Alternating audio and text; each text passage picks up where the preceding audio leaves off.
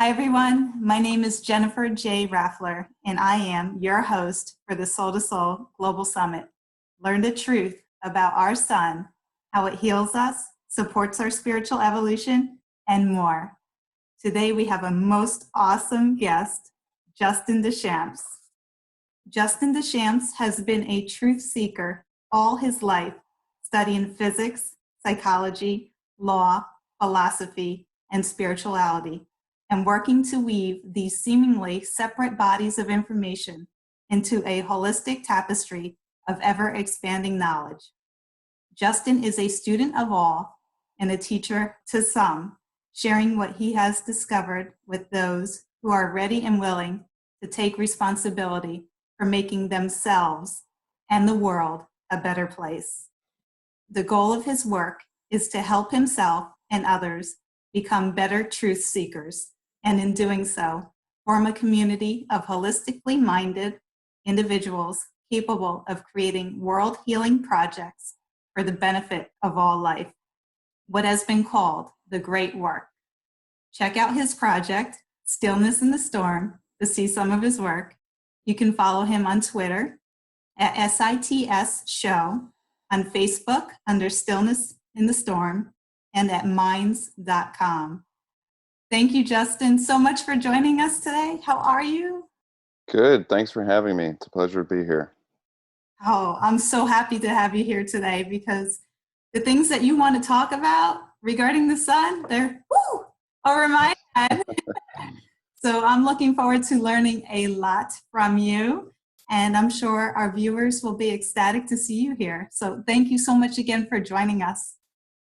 Yeah, my pleasure. My pleasure. So where should we get started?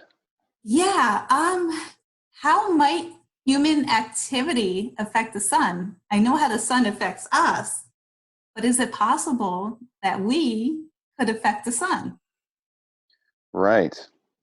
Well, yeah, in order to answer that question, I think what we have to lay down some kind of basic concepts, especially about how information is transferred between moving things. So there's a branch of physics called sympathetic vibratory physics. And what that branch of physics basically describes is the way that waveforms interact with each other. So a lot of people have probably heard about the idea of everything being vibration and frequency and energy, right? Sure. Okay. Well, what that means is that depending on what the frequency range of the thing that is vibrating, it can actually harmonize with another object somewhere in the planet, in the solar system, in the galaxy. And because of that, a type of like link or tunnel, or potentially you could call it even a wormhole, can actually allow information to transfer across space and time, or even, independent of it, so to speak. So what that basically means is that anything that vibrates has the power to tune its frequency into another thing that's vibrating and actually exchange information. Okay. So a really good example of this is metronomes synchronizing. Have you ever seen metronome synchronizing before? No, I have not. Oh, it's really cool. When you get a moment, just go to YouTube, search for metronome synchronizing, and I'll just explain it here briefly. And this is also called entrainment or synchronization. So what's happening here is that the metronomes are going to represent two different bodies or bounded system of vibration. So it might represent two or more people. It might represent one person in the planet Earth or the sun or the galaxy. But the same basic principles are at work. Sure. So what happens is you take 4 metronomes, and the metronomes are probably ticking at all different time signatures. So maybe one's at like 60 beats, one's at 80 beats, and others at 120 beats. Okay. And you get these things all going, and then you put them on a table. And you put them on a board that allows you to like pick up the metronomes and move them from one place to another. And so once the metronomes are all ticking away at different frequencies, you take the board and you lift it and you put it on something that can shift back and forth. So what in the video I saw that I cite often is he just takes like a couple of Coke cans and he puts them on the Coke cans. And what ends up happening is now the rocking motion of the individual metronomes transfers to the board, which then starts to move because it's on something that can move, okay? Okay. And what slowly starts to happen is that the individual ticking motion, so what's happening at like a physical level is that the momentum of each metronome is pushing on board. And then all of that pushing is translating. So the board kind of acts like a medium, a fluid, you might say, for these metronomes to interact with each other. And what happens is slowly the ticking starts to transfer onto the board, and then the frequencies start to align with each other. So if you're watching this happen, as when you put the metronomes on the moving apparatus, the cans in this case, Mm-hmm. then the frequencies start to harmonize with each other, and after about a minute or so, you'll start to see them start to come into alignment, and then boom, they all of a sudden they all start ticking all at once with each other. So their Okay. frequencies literally harmonize. So what that principle is describing is basically if there's two systems of motion, and because things move in motion or vibrate with a frequency, if Mm-hmm. these things can interact with each other through some type of medium, then they'll actually start to entrain or mimic each other's frequency movements, and then they'll align or harmonize their frequency. So using that idea as kind of like a principal foundation, we can now understand how our bodies interact with the Earth and the sun and the galaxy to exchange information with each other. So have you ever heard of the Schumann resonance before? Yes. Yes. Okay, great. So for those who don't know, the Schumann resonance is a set of frequency harmonics that was discovered by a man who was studying the ionosphere, which is the electrically charged portion of the atmosphere. And what the ionosphere does is it acts like a kind of electrical echo chamber. So basically, the Earth itself, because of the physical properties it has, vibrates at a certain frequency Mm-hmm. electrically. And what's interesting is that the Schumann resonances, which start off at 7.83 hertz, and then they go up, as a harmonic scale, they actually correspond to the human body and human consciousness. So, your heart beats at a frequency that's in harmony with the Earth. Your mind works in frequency ranges in harmony with the Earth. So what that means is that we're actually, because of the fact that we're harmonized frequentially with the Earth, and then the Earth is in turn harmonized frequentially with the sun, and then the Okay. sun is in turn harmonized in frequency with the galaxy. They're all working together in a harmony. Okay. Information can literally be exchanged between all these bodies. Okay. And a really good example of that, there was a man named Dr. Michael Persinger. He worked for Stanford Research Institute. He worked with Ingo Swann. And what he was able to demonstrate with his work is that if you take a magnetic field that is operating at a certain frequency range and you put two people in it, Mm-hmm.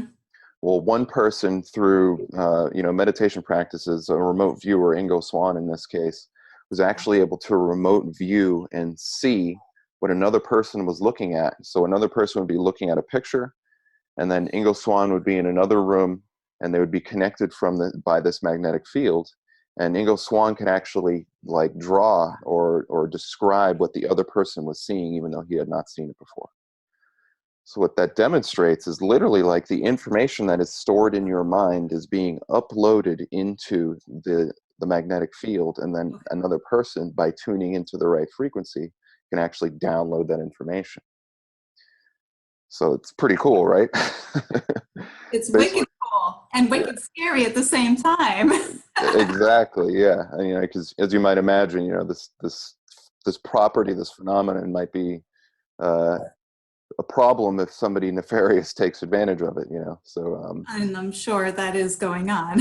yeah, exactly. And I mean, yeah, we could talk for hours about all that, I'm sure. So just kind of round out my description here. So basically what the Earth does is, through the electromagnetic field of the Earth, the geomagnetic field in particular, that Mhm. acts as kind of like a PA system or a speaker system for our individual consciousness.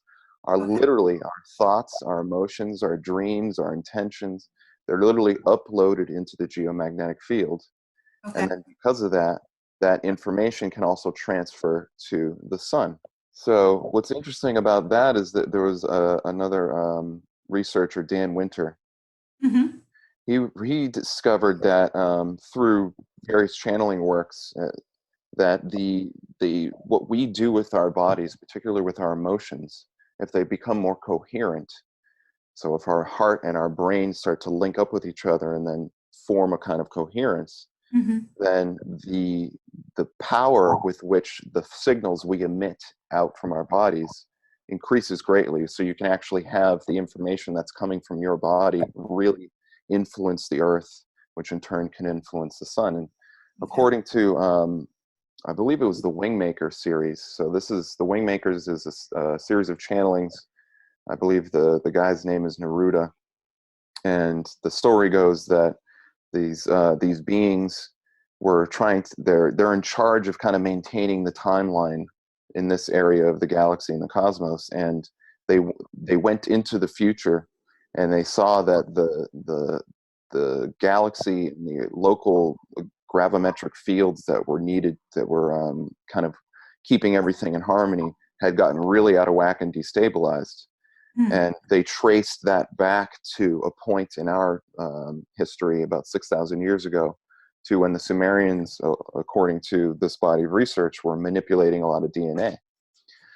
Oh, wow. Right. And I am getting waves of goosebumps right now. Wow, Yeah, that's pretty potent right there. it is. It's a really fascinating topic. So, I mean, what's suggested with this material is that, first of all, that by manipulating our genetic information through like gene editing and genetic modification, things like this, we're kind of disturbing this very natural process that's supposed to help stabilize the galaxies and the gravimetric field of the solar system and the Earth itself. Okay. And what that does is it also suggests that, because of the work of like Bruce Lipton and Dr. Joe Dispenza and some of these other researchers, that the way that we live our lives, the way that we interpret our reality, and basically develop coherent knowledge systems that allow us to have coherent emotions, literally plays a positive, influential role in helping to stabilize the gravimetric fields of the Earth and the Sun and the galaxy. And I think that's part of why these, to get into the whole ET kind of concept, I think that's a Mhm. lot of why these benevolent extraterrestrials and contactees discuss how we need to really get, heart-centered and balance our mind and bodies and live, in love and all these things, because it literally physically stabilizes the cosmos. Everything. So one of us stabilizing ourselves within and connecting our heart to our mind is huge. It's not as little as we may think. Correct. Yeah, exactly. And It's then monumental. and then the collective on top of that, like the Earth's Schumann resonance has spiked so many times, and they believe that it's because of us evolving and raising our vibration. Do you think the animals play a part in that as well? I do, actually. I think what's interesting. I've you mentioned in my bio. I've been studying psychology and physics, and particularly over the past few years, the interaction between the mind and body connection. And what's interesting is that animals are so in tune with the environment, kind of innately and naturally, that they kind of act as like a stabilizing force, I think.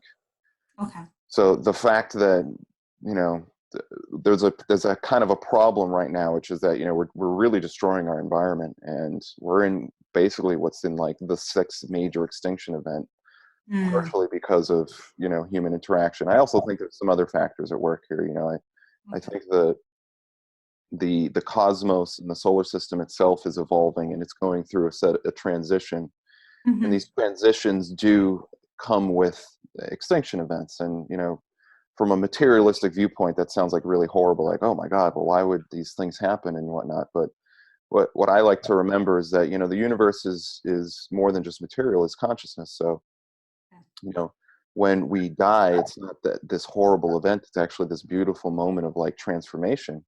Yeah. And as a matter of fact, what they've been able to study or document is that, when people die and they're hooked up to these EEGs, encephalograms to measure their brain waves, the coherence of the brain waves spikes tremendously, and that corresponds with a bliss experience. So basically, you could argue that the most pleasurable, amazing, rewarding experience of your life will be your death. Which kind of throws a whole spin on, the way we think about death. So, but yeah, I think to answer your question, yeah, I do think animals play a part. And to speak to the Schumann resonance, changing idea, the Schumann resonances themselves don't actually change. So the base frequency, the harmonic nodes don't change. But what has been happening is that the energy cascade, the amount of energy that ripples up into the harmonic range, has been getting larger. So yeah, it's very similar to like if you look at like a harp, like the thing that Cupid plays, that kind of thing. Yep. So imagine like the lower frequencies as the baseline of like the Schumann resonance. So what happens is this energy waves will come in. They'll either come in because of the Earth and emerge from internally from the Earth, or they'll come in because of the solar wind and the galactic energy interacts. And when that happens, it's like striking the harp. Okay. So when a big spike of energy comes through, the energy, depending on the frequency range it comes in through, it'll go into, let's say, the 7.83 frequency, which is the kind of the baseline, and then it'll ripple up into the higher frequency ranges depending on the type of energy that's coming through. So that's kind of what's happening there. So I think in the past 2 years or so, we have raised the Schumann resonance higher than the baseline, and it's stayed there. It's pretty stable. We had a few spikes up and down, but that baseline has been raised. Is that not true?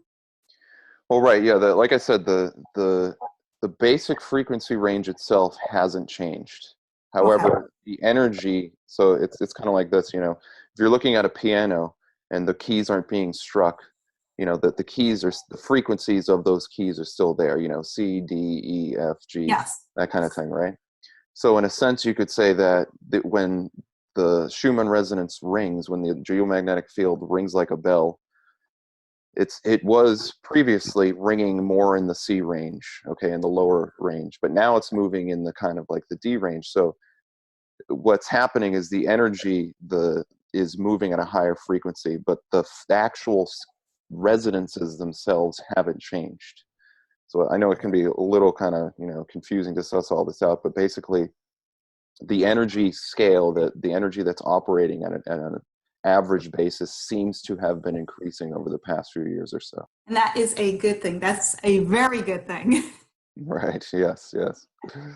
So we are evolving, we are raising our vibration, and the work that we're doing internally is being reflected in the collective consciousness. So keep working on yourself. Undoubtedly. Yeah, exactly. Right. What do we need to do to help out the sun and to help out the earth and to help out everything? So now that we know that we are connected and what we do and how we respond to life and everything around us affects the earth and the sun and the solar system, what do we need to do to further enhance and continue to raise our vibrations and to evolve? Right. I think that's a great question. I mean, very appropriate. What it basically boils down to is that, what you do, like we were mentioning with your life, how you live your life, how you interpret your life is the thing that determines the energy frequency that you're vibrating at. Mm-hmm. So how does that process actually work?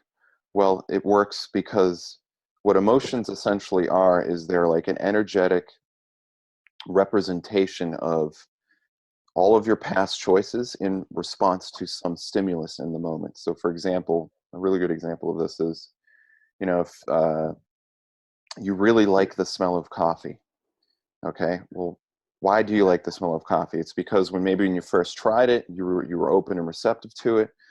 Because you're open and receptive to it, you absorbed the information into your mind in a positive way, in a way that associated it with something you're willing to accept and you find pleasurable. So now what happens when you smell coffee? You kind of a pleasurable experience. You feel pleasurable emotions. Well, let's take a different example. Let's say that maybe you you don't like broccoli, for example. I don't know. I personally love broccoli, but the point here is that find something you don't like. Why don't you like it? What happens when you experience something that you don't like? Negative emotions kind of come up, right?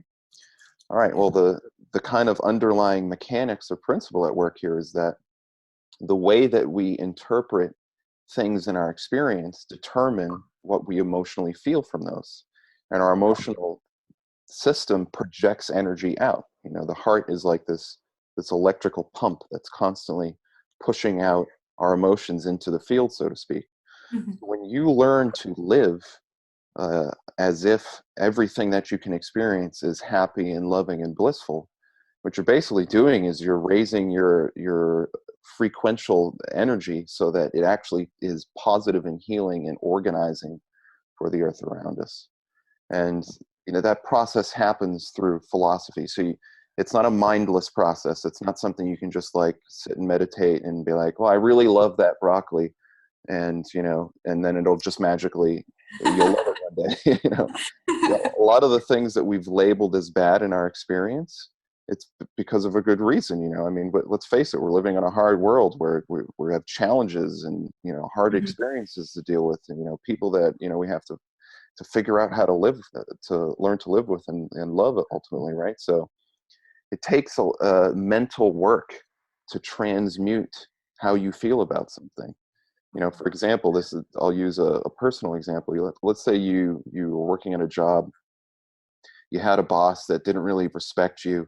They weren't really giving you the time of day. You had really good ideas, but they kind of just dismissed you. And so you have a really good reason to not necessarily like them, right? Maybe you have a little grudge against them, and then you've been working there for a few years, and now just the sound of their voice, just like, man, it like grinds your gears. You're like really angry.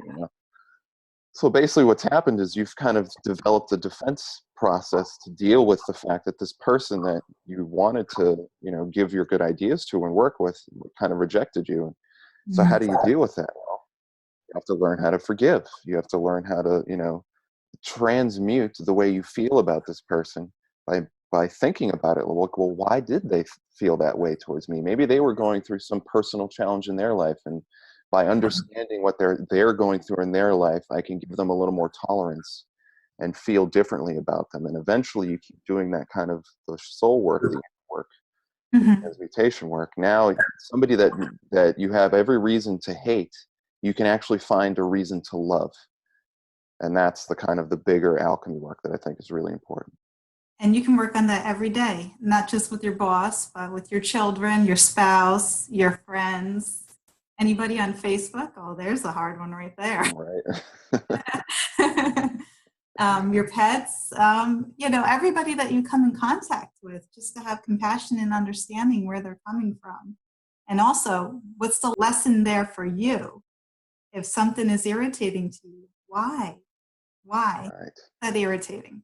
Go to the root cause instead of projecting. Yes. Exactly. Right. Yeah. I mean, we've all had to deal with these situations in our lives, and the challenge is facing them and doing the hard work. I mean, it's really easy to keep your vibration high when there's nothing that you have to deal with. There's no challenges to face. But obviously we don't live in a world where you can avoid your challenges. No, that's part of the reason that we chose to be here now, is because we wanted to be challenged. We wanted to grow, we wanted to evolve on the soul level. Yeah. So we can't exactly. that. We chose that. Exactly. Right. We came here. It's like a game, I mean, if you learn how to play the game better, then you're gonna move up in the game and progress in the game. So life is very much like that, and we have these tools. But it's like we have these powers. If if you want to think of like a role playing game, they there's like wizards and fairies, elves, and all these things in the role playing game. Well, we have these powers too. They're really cool. Use them to our advantage. We have consciousness, we have compassion, we have tolerance, we have philosophy, all these great tools that we can use to our advantage. So, Justin, can I ask you about chemtrails? Sure. Do you think have any influence on our consciousness? Or do you think we've evolved so much that we just laugh at that and it's a joke at this point? um, well, in my research, chemtrails are a multifaceted, basically weaponized instrument for doing all sorts of things. Yep. So I guess the short answer is you can, through personal work, limit the effect that it has on you, but I don't think it's possible to completely divorce yourself from the effects. And I think from a cosmic perspective, I think this is a good thing, actually, because we're not meant to, in my estimation, my research, we're not meant to kind of be these islands of freedom and ascension, and the rest of the world is burning around us, but we're just like, oh, everything's great,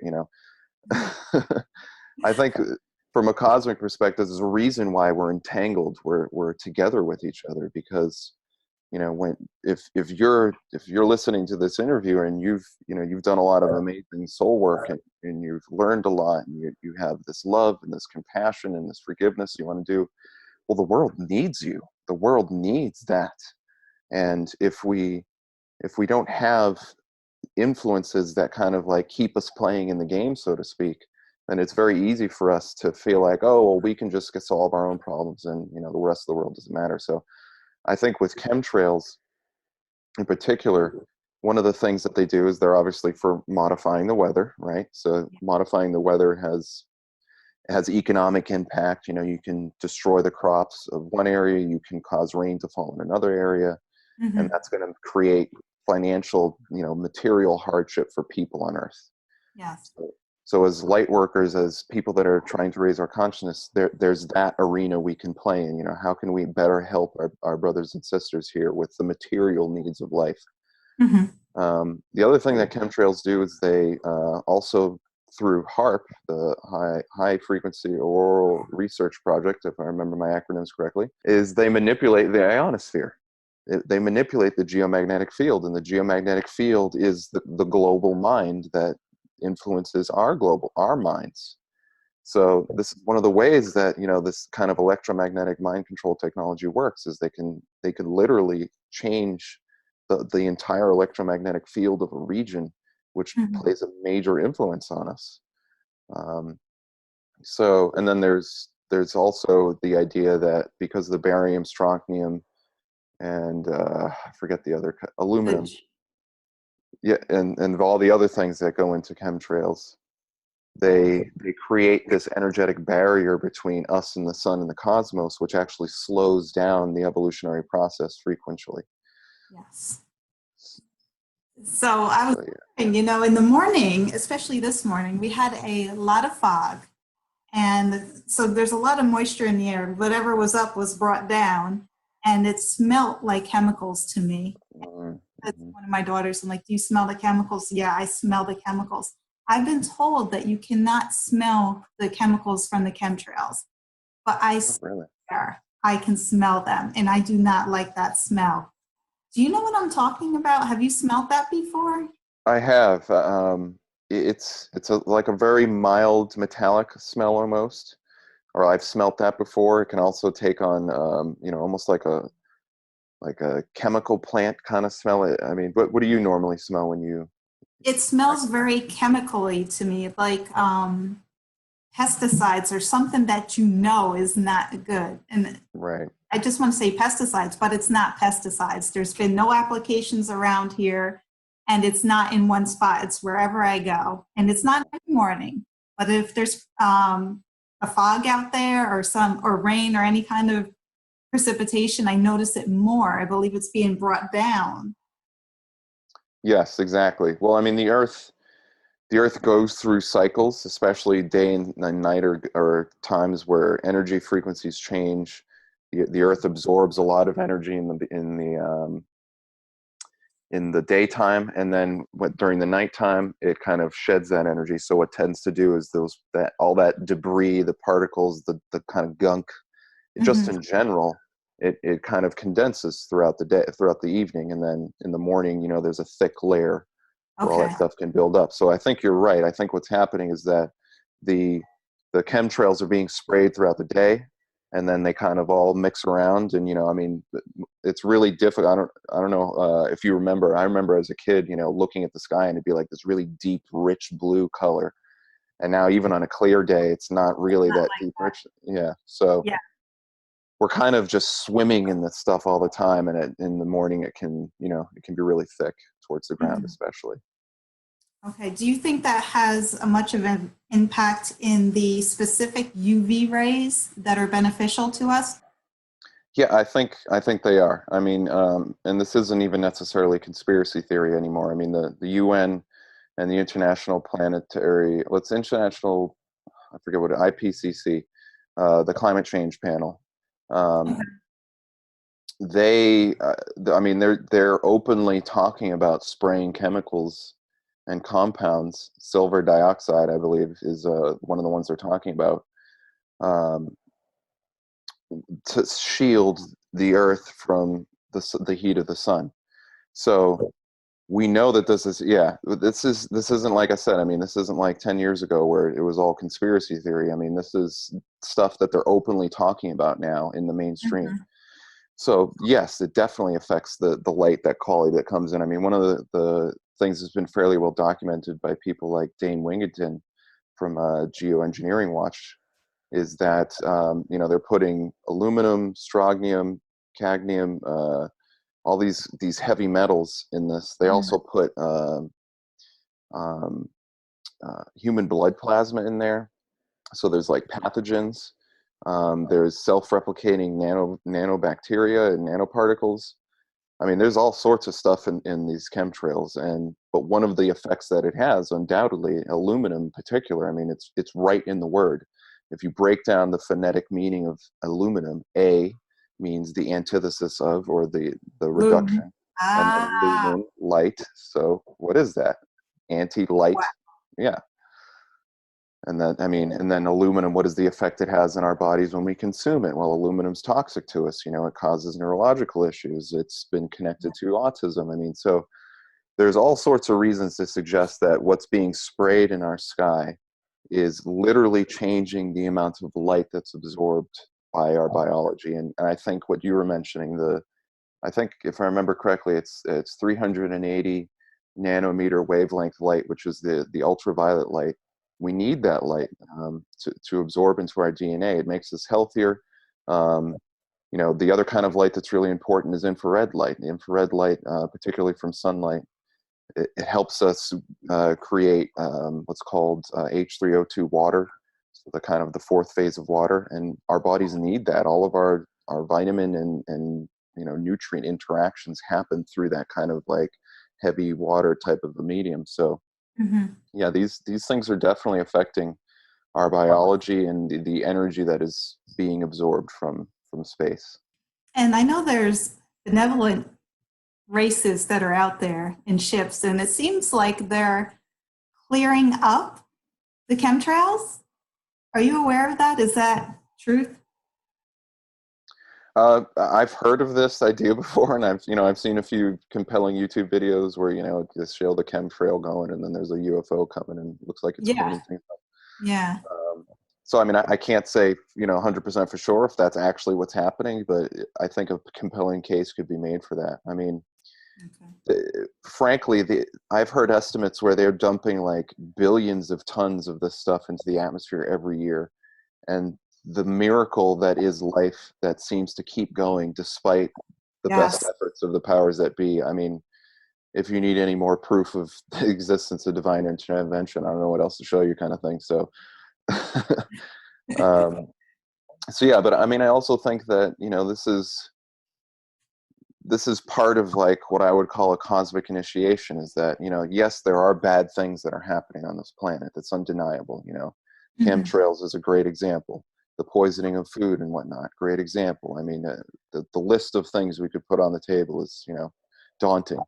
Mhm. But there's a reason why. It's because we came here to do the work that needs to be done. And for thousands of years, it's been very difficult for human beings to kind of get together. I mean, even 150 years ago, if we were going to do what we're doing now, I mean, I'd have to come to where you are in the country. It might take me 2 weeks to get there. Yeah. You know, Yeah. so the fact that we can communicate with each other, that we can share ideas and build fellowship and trust and community.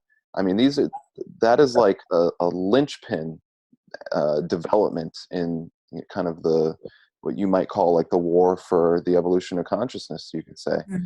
So through what we're doing right now, through the fact that people are listening to this and watching this and getting inspired and learning, I mean, this is unparalleled, and we have the amazing opportunity to do great work to fix and heal the planet. So that's what I think of as cosmic initiation. You know, the fact that you're learning about these bad things, you know, it kind of throws you off. I had one of the people I work with, she does Teresa Inaris. She does analysis videos on all sorts of cool things. Okay. And she got a comment, and it really struck me, and I think it'll be valuable to hear this. Is that one of the comments was, you know, I really appreciate the work you're doing, but it's making me realize that a lot of the stuff in the entertainment industry has this really dark undertone, and it's hard for me to like even find enjoyment in music and movies and TV shows anymore because, you know, I know what's happening under the surface. And that's a healthy reaction, I would say. I mean, you know, when bad things are happening, it's good to be able to feel and to let our emotions respond properly. And Mm. what that also does is allows you to address a problem. You know, when you're cooking a meal, for example, and you accidentally bump your hand on the hot stove, it hurts, right? You feel pain. And Yeah. what that does is it brings your consciousness into the moment so you can learn what's happening and change what you're doing so that you don't feel pain in the future. Yeah. I Great feel like analogy. species, that's exactly what we're doing. We're collectively feeling this pain. You got to feel it to heal it, to quote Laura Eisenhower. You know, Wow. so I think that's what we're all doing. So the challenge now is to come together in love and fellowship and community so we can actually start to fix these problems. Justin blew me away. You are such a wealth of information. Wow. Thank you. Thank All day, every day. Oh my gosh, like an encyclopedia. you. Well, it helps when you're quite a geek, I guess you could say. I love to learn stuff. So, Well, thank you. I appreciate your geekness. So, is there anything else that you would like to add in regards to the sun on your topic or any other topic? sure. I would say the other very interesting aspect of the sun is, and it kind of helps prove, you know, how connected we are. Is the Federal Reserve, the particularly Federal Reserve Bank of Georgia, I believe, in Atlanta. They've done studies that demonstrate how solar activity, particularly like coronal mass ejection, solar flares, coronal whole stream. So when basically the energy that's emitting from the sun hits Hmm. the earth, the geomagnetic field vibrates like a bell. Okay. Hmm. And then because it's vibrating, it affects our consciousness because, like I said, we were connected to it. So Yeah. they've noticed that during times of geomagnetic quiet, that people are much more stable with their buying patterns on the stock market, and when during times of high activity, because you know stuff's happening, the buying patterns can be erratic. And so that's a really concrete data point that, you know, if you want to talk about this stuff with your friends and family, like, listen, this isn't woo-woo stuff here. This is stuff that is documented by science, like the Federal Reserve. You've heard of that before, right? You know, they think they know what they're talking about. Okay, well, even they've done studies into this kind of thing. So, and then the other really interesting data point I'll throw out there is this thing called the Earth facing solar quiet. And what that is we've been looking at the sun for a really long time. I mean, hundreds of years, thousands of years, arguably, Mhm. but really, you know, intensely over the past 50, 60 years or so. And what they've noticed is that solar activity like solar flares, CMEs, things Mhm. that could really screw up our technological way of life. Because, I mean, we're not really living all that smart on our planet right now. We're using electromagnetic devices that are very susceptible to, you know, solar activity. This has obviously been a topic.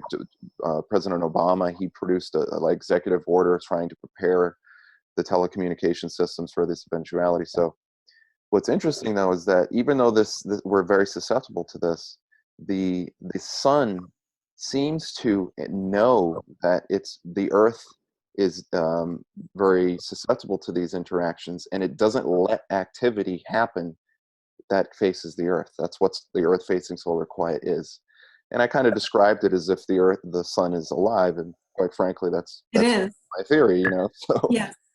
So I think that's a really good proof for this. I mean, it's not ultimately like 100% proof positive that the earth and sun are conscious beings, but the father of sympathetic vibratory physics, Walter Russell, he Mhm. suggested that the earth and the sun are, you know, the sun is the masculine component, the earth is the feminine component, and they're literally like in a kind of marriage with each other. I love And that. I Yes. mean, I think that's pretty well demonstrated with that. So I would say that, you know, kind of to leave this topic of the sun is that, you know, what, as I was mentioning, what you do with your life, the more you can bravely face your challenges of your life, the more you can find a way to love and really find happiness and bliss in all of the moments of your life through deep thinking, spiritual work, and contemplation. You're literally going to be changing your energetic field to help stabilize the earth. You're going to go from, you know, maybe somebody who's a little bit more erratic and unstable to somebody who's actually like acting like a nurturing, a healing mechanism for the earth and the sun, and, you know, obviously all other life forms. So I Oh, would say amen. that's really important, and that's something that you can do right now in your life to help in a cosmic way. So that's what I would leave you with. Wonderful. Thank you, Justin, so much for that. That was just brilliant. My pleasure. My pleasure. Fun.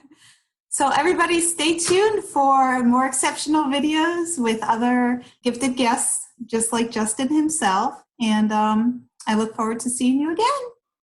Bye-bye. Take care, everybody.